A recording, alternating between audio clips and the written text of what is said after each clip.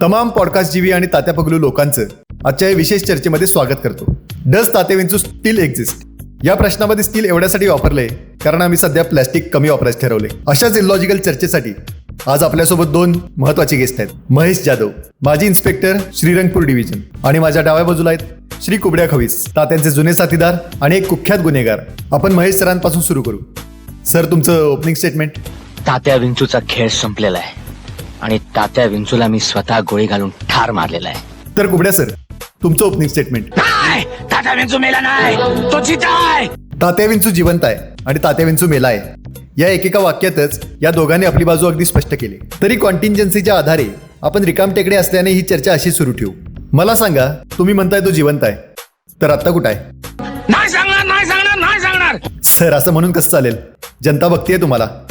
जीव घेतला तरी नाही सांगणार. तुम्ही फक्त मला सांगा, जर तात्या विंचू जिवंत आहे. तात्या विंचू मेला. तात्या विंचू इज डेड.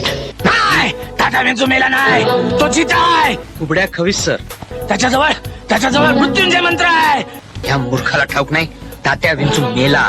हा? एक मिनिट, मला जरा बोलू द्या. अहो शट अप. सर, तुम्ही अँकरला शटअप नाही म्हणू शकत. मी तुमचा पार्ट एडिट करीन ना. तोंड सांभाळून बोला. सर, जरा अति होते. आपल्याकडे वेळ कमी आहे, आपण चर्चेला सुरुवात करू. मला वेळ असताना तर चांगला अँगल दाखवला असता तुम्हाला. म्हणजे अहो सर, हे चुकीचं आहे. ही चिटिंग आहे सर. आपलं ठरलेली हिंसा करायची नाही म्हणून. अहो, आज ते आपले गेस्ट आहेत. अहो, ही सोशल मीडियावरची चर्चा आहे, टीव्हीवरची चर्चा नाही मारामारी करायला. Please please. अहो सर, मी परत विचारणार नाही असले प्रश्न सर. Sorry sir.